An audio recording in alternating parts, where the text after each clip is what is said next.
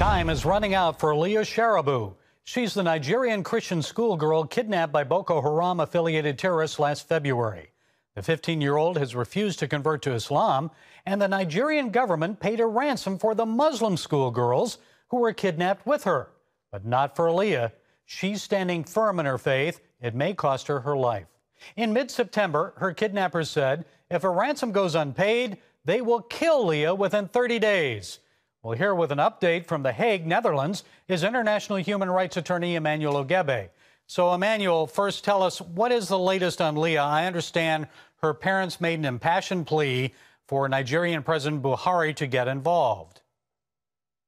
Yes, Gary, that is correct. As you mentioned a couple of weeks ago, the terrorists released a video they called The Message of Blood, where they actually shot an international aid worker who was also a hostage.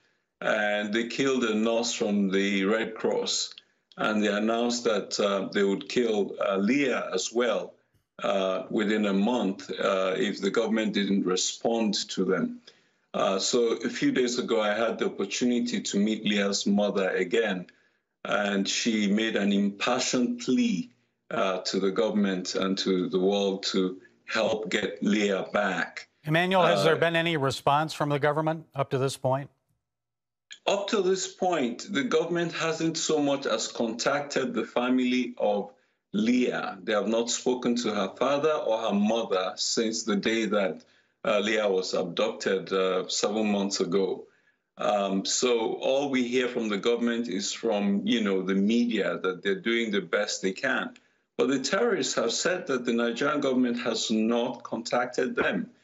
And I have been reached by people close to the terrorists, and they are saying that we should ask the government to do what they asked them to do.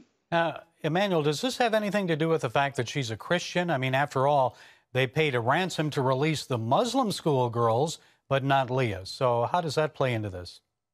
Well, sadly, under the Sharia law, the testimony of a Christian in a court is less than the testimony of a Muslim. So what do you expect is going to happen now, then? Well, from what I hear, the terrorists have asked for a higher ransom because they see the world paying attention to this 15-year-old. We don't know whether for political reasons with the upcoming elections that the government will decide to pay a ransom for her. It's unclear. What can our viewers do, especially for Leah, the teen girl threatened with death for her faith?